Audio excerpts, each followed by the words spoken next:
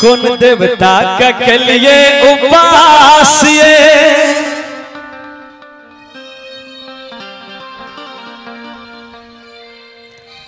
कौन देवता का। एगो लड़का एगो लड़की कह रहा है जखन लड़की मंदिर के लिए पूजा पाठ करे के लेल उमर से जहन घूमले है तो देख के कह रहा है सुनू एगो बात कही यहाँ के हम तो कहे कि कहू कौन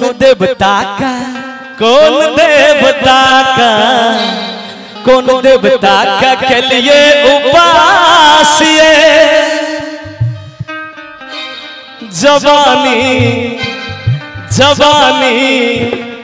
जवानी आहा का झकास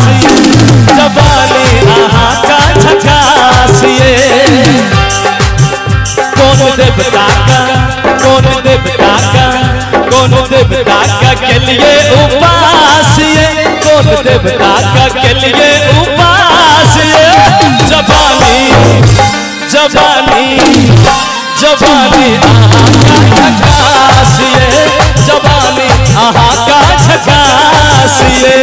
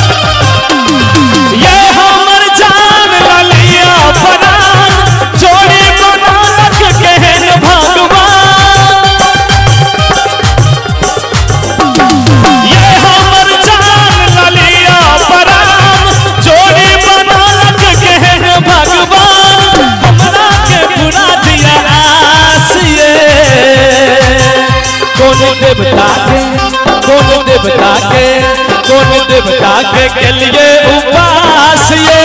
जवानी आहा का झकास ये जवानी आहा का झकास ये।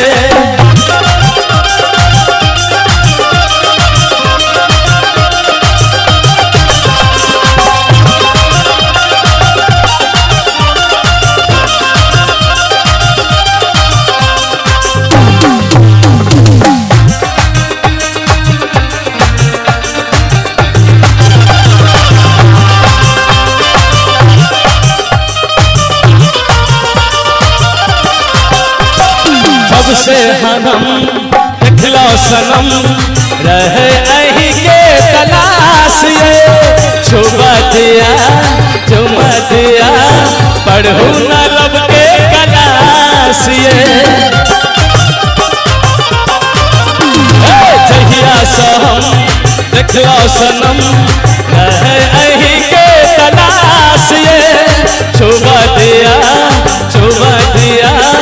पढ़ू न लब के कलाश ये हमर जान ललिया परान चोरी बनालक के